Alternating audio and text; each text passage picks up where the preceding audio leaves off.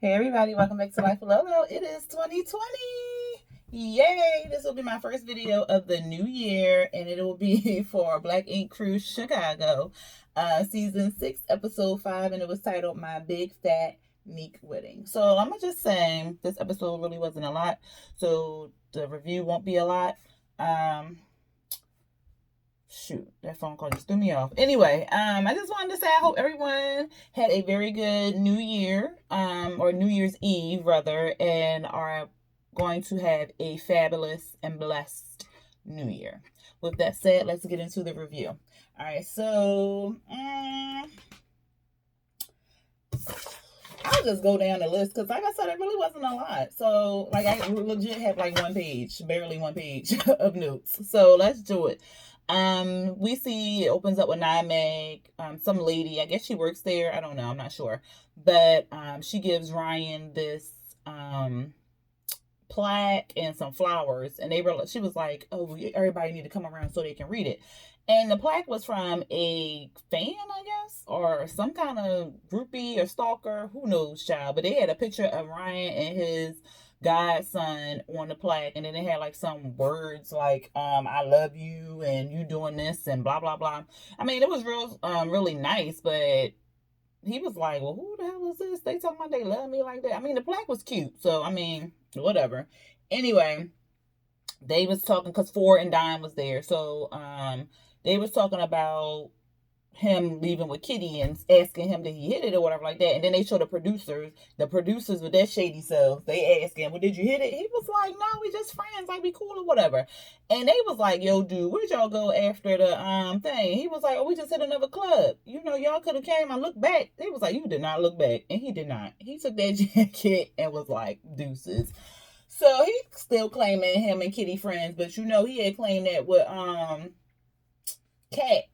Oh, he like people named Cat, don't he? But anyway, he had claimed the same thing with Cat, that they was just friends, and you see where that went. Anyway, Ford tells them that he got a DM from some girl saying that her sister had a baby by him or whatever, like 17 years ago, back in 2002, and he not sure if it's his or whatever. And she was basically saying that she don't know if it's his child, but you know they did have some run-ins and with each other, so it may be his kid or whatever. And she was saying like a DNA test won't hurt, which is true. He like he don't want the child to keep going on without a dad because he met his dad like 4 years before he died or whatever like that. So he don't want the same thing for this girl.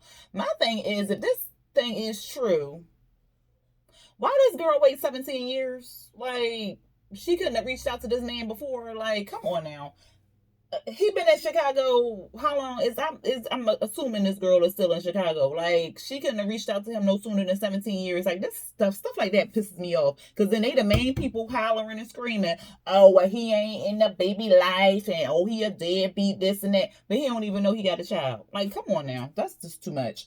Next we see Jessica, not Jess. Okay. Jess and Charmaine. They in their office and they talking about what happened between Zach and Fly, and they talking about Zach's behavior and how they don't need that energy in their office because that's not what Charmaine set out for that to be, because she already went through all that with Nine Mag and so forth. So she don't want that in the shop. So Jess ready to fire Zach. She like he got to go. And Charmaine was like, "Well, I believe in second chances because, I had a second chance and blah, blah." She had more than, people gave her quite a few second chances. So she's like, she want to just talk to him, hear his side of the story, stuff like that. This way getting on my nerves, y'all. I'm in transition. I'm about to do something with this head today or maybe tomorrow. So I just put this on. And then I'm about to run out real quick to run some errands. So I got the head on because after this video, I'm out the door. Anyway, they had nothing to do with the show, so let me focus.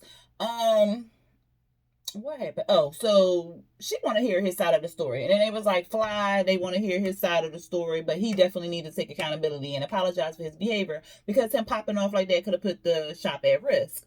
Um, Oh, so then they go outside the office and they want like a little meeting with the rest of the crew. Plug is all like, oh well, I believe everybody should get a second chance and we should have like some trust bonding thing. Drea like, well, I haven't heard from him, and that's supposed to be her boo or whatever. Zach's supposed to be her man, so why she ain't hear from him? I mean, I can understand him wanting to calm down after a couple hours or something like that, but if y'all supposed to be bonding and trying to get this relationship going, why you ain't reach out to her? So she don't know nothing was going on with him. Plug, he want to have some kind of like trust thing, so he talking about, if y'all catch me, I trust y'all, blah blah blah. They caught him, then everybody got behind Charmaine's ass.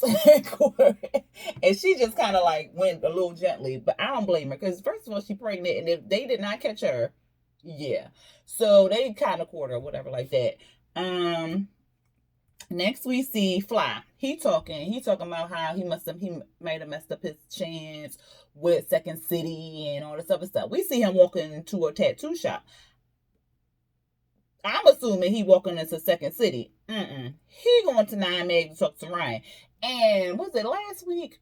Not last week, but whenever it came on before, I knew he was at that. I was like, they look like Fly at that club, but I wasn't quite sure, whatever, like that. But it was him, and he was talking to Ryan about, possibly working with him or whatever, like that. And I don't like that, because I think that was kind of shady of Ryan. I understand he knew him for quite a while, but if he wanted him to be his tattoo artist, then he should have got him when he started opening up Nine Mag and not waited until that boy started working for Charmaine. Like, come on now. But anyway, so we saw that clip. So then we see him going into Nine Meg, and he's talking to Ryan, and then he's telling Ryan what's going on with Second City. Wrong move. Like, why are you telling him what's going on over there? Like, if you just wanted to chop it up, get some advice from him about what just, you could have used hypotheticals like, oh, well, this dude I'm around or whatever like that, I'm not really feeling his energy and I popped off or something. But you don't have to put Second City under the bus like that. I don't appreciate the way he did that. And has he been talking to Ryan? Well, I don't know, because they don't really show that stuff. But has he been talking to Ryan about his issues and stuff like that, or talking to other people? So he tells Ryan what's going on with him and Zach, and he don't know if he still got a job and all this other stuff. He ain't even talked to Charmaine first, which kind of got underneath my skin, because I'm like, you work for Charmaine. How about you should talk to Charmaine to see if you still got a job there and what the next move going to be before you sit up there and talk to Ryan about asking, is he hiring? Like, come on now. Anyway, Ryan was speaking some real game to him, telling him like, look, you can't let your attitude and your behavior, if somebody make you snap, you can't just snap. Like, you got to take the time and calm down and do all this other stuff first. I mean, he was really telling them some things. He was like, if you put your hands on somebody and then they want to sue you or press charges, you going to jail because they said something wrong out their mouth, but they ain't put their hands on you or like that. So he was speaking some real ish to him or whatever like that. And then also that irritated me with Fly. I'm like, you coming to somebody's business, you got your hoodie on and your sunglasses on to talk to somebody, dude, come on now. But anyway, we see Charmaine, she at the radio station at her other job. Her mom walk in with a wedding book, and like her mom is like all excited about the wedding, and she running it down. What kind of flowers you want? What kind of dress you want? I made you an appointment. We got doing dresses stuff. Charmaine like, she like, mama, you doing the most. But she was on board because they decided, her and Neek decided to do like the big wedding and stuff like that. And she said her mom is her best friend, and she wants to give them the wedding that they want. And deep down inside, she really wanted that big wedding and stuff like that.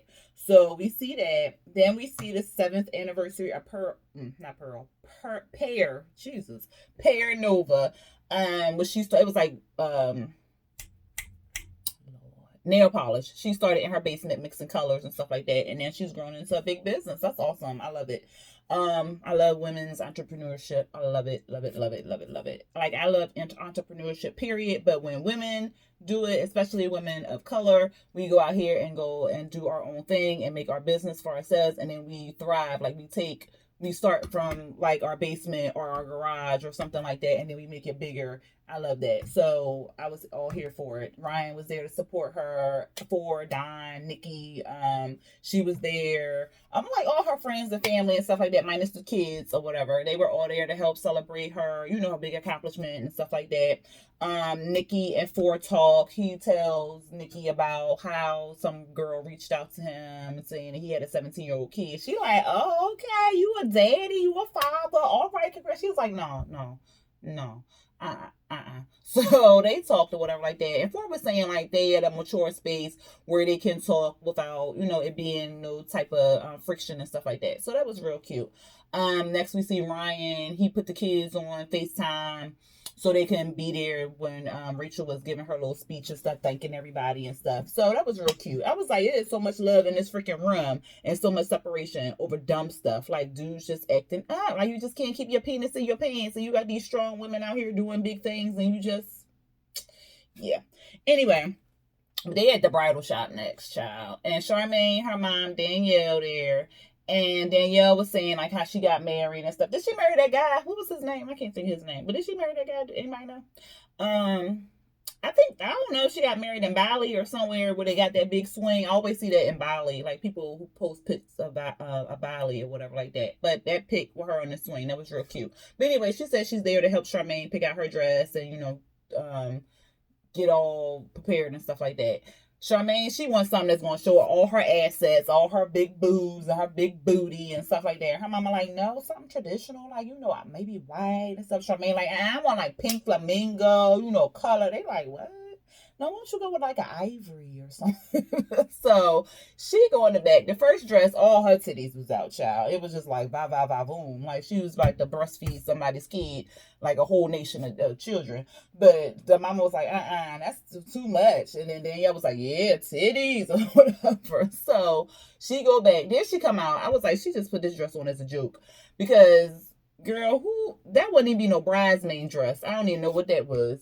Scratch that. Just take that out the stove, period. I don't even know why that's in the bridal shop. Next, then the third dress that we saw, because I'm pretty sure she tried on many more dresses. It was cute, but it just wasn't like Charmaine's style. And you could see she wasn't really all that thrilled or happy about it. But the mom was happy. Danielle said she was happy. And the girl, Frankie, she said she liked the dress or whatever like that. But you could tell on Charmaine's face that was not going to be the dress that she was going to get married in. Next we see Charmaine, they at the shop and they just chopping it up and stuff like that, talking, and she was just basically saying that, she was telling a story how she sneezed and she peed on herself and stuff like that.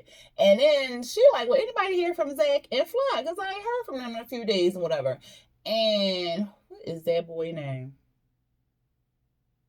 Dang, I can't think of his name. But the other one, I can't think of his name. Y'all know who I'm talking about if y'all watch the show. He came over. He was like, oh, I know where Zach at. And then he shows Zach's Instagram story or whatever, saying that Chicago ain't it. Anybody in Ohio need a tap. And child, he done went on back to Ohio. He didn't tell Drea, like, that's supposed to be your girl or whatever like that. If anything, that's supposed to be kind of your friend. So you couldn't just tell her what's going on, because she like, I ain't even know like what's going on. He ain't say nothing. So he moved back to Ohio for real, like, or whatever. And they like, yeah, it looked like it. So Charmaine done with him. She like, oh, he fired because he could have came to me and talked to me and stuff like that. So then we see Drea, she do a tattoo on this dude from New York. He trying to I don't know, heal from his past or something like that, child. Anyway, the tattoo she did was real nice. It was cute. They can do some tattoos. So everybody on the show now can do some real good tattoos. Like, yeah. Well, minus people who don't tattoo. But they could do some tattoos.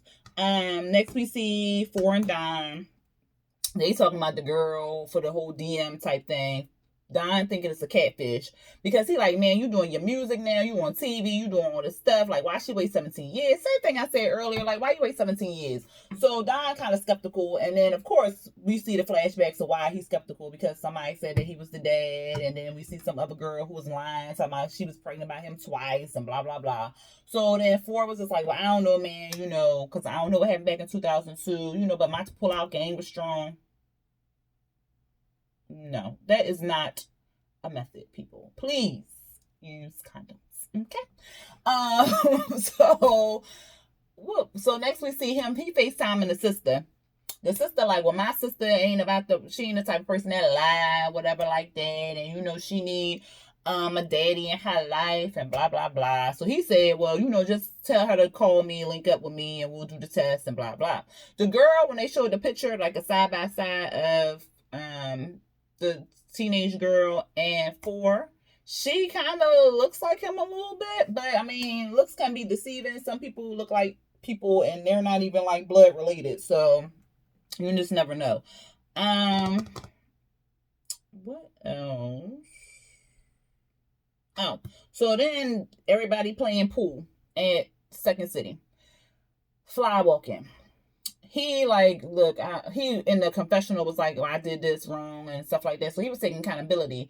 And he go over to the people, and Charmaine was like, well, where you been? You've been gone for a few days, or I ain't heard from you in a few days. And he was like, well, I had to get my mind straight, and I ain't want to come up in this piece, and Zach was still here because I couldn't work with Buddy. So then Charmaine tells him like, oh, well, he not even around, like he moved back to Ohio, so he not even working here no more. So he like, oh, cool, good, good, good. Um, then he tells Charmaine about what happened between Ryan.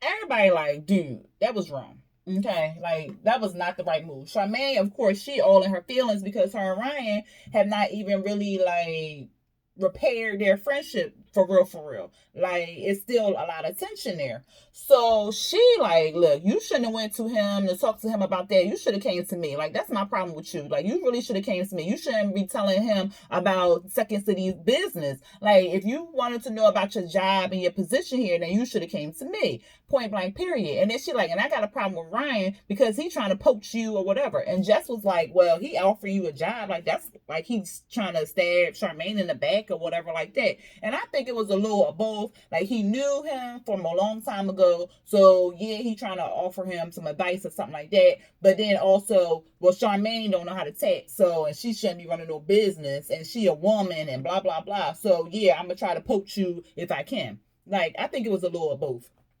Charmaine go off or whatever like that. Next we see Charmaine. She I guess she had an Uber or something, child. She get out the Uber. She got her game face on, her titties out, her sneakers on. She ready. She going to play. She don't even say hi or nothing. She like, yo, Ryan, I need to talk to you. And he look on, I need to talk to you. Come on, Ryan, let's go in the back and talk. And she was like, this is the first time I've been here since the grand opening, whatever like that. And she was like, oh, it's cute in here, whatever, since I was banned from here. And he was like, you weren't banned from here, whatever like that. You can come in here, whatever. So she started just going, as soon as I get to the back, she don't even say still no pleasantries. And he was like, well, hi to you too, Charmaine, with your rude ass. And she like, yeah, how you doing? But you trying to poach my tattoo artist, you trying to take Fly or whatever. And he was like, what? Like, what are you talking about? Like, if I wanted Fly, I could take him, and I don't need to be going behind your back to take nobody with your non-tattooing ass. And I was like, see, now all these insults was unnecessary. Like, yeah, she came at you all big and bad and stuff like that with all this attitude and stuff, and you have a right to come back at her and stuff like that. However, all that throwing insults and stuff, she ain't throw no insults at you. All she said was you was trying to poach her person. Like, all that, you don't know how to tattoo and do it look like I need to steal somebody from you, and all that demeaning talk and all that other stuff. Like, I ain't really appreciate that. So he could have missed me with that. But she was like really in her feels and her emotions. So she really didn't take the time to sit down and settle down and think about what was going on because she already had a problem with Ryan. So if it was just her, she came at him wrong, period. So she should have like put all those emotions to the side and kind of talked to him on some real business to business type thing. Like, look, I know we're not here, but you trying to take my people is just not a good look. It's not good or whatever like that. So he was basically trying to put her in her place, and she was just like, you know what, Ryan, don't come for my people. I won't come for your people. F you, and I'm out. And pretty much that's how I left or whatever like that. So, like, that was pretty much the episode. Like I said, it really wasn't that much. Next week, y'all, I do not know. That thing is going to be hard to watch. Oh my goodness. But I will review it.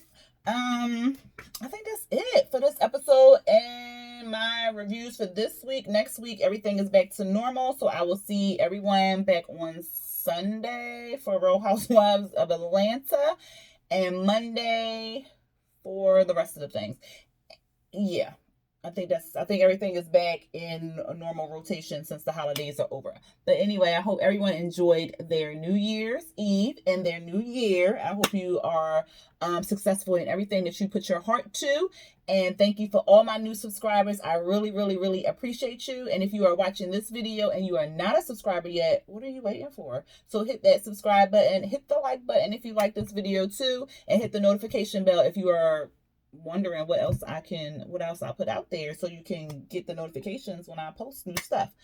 And that's it. So until next time, y'all, peace.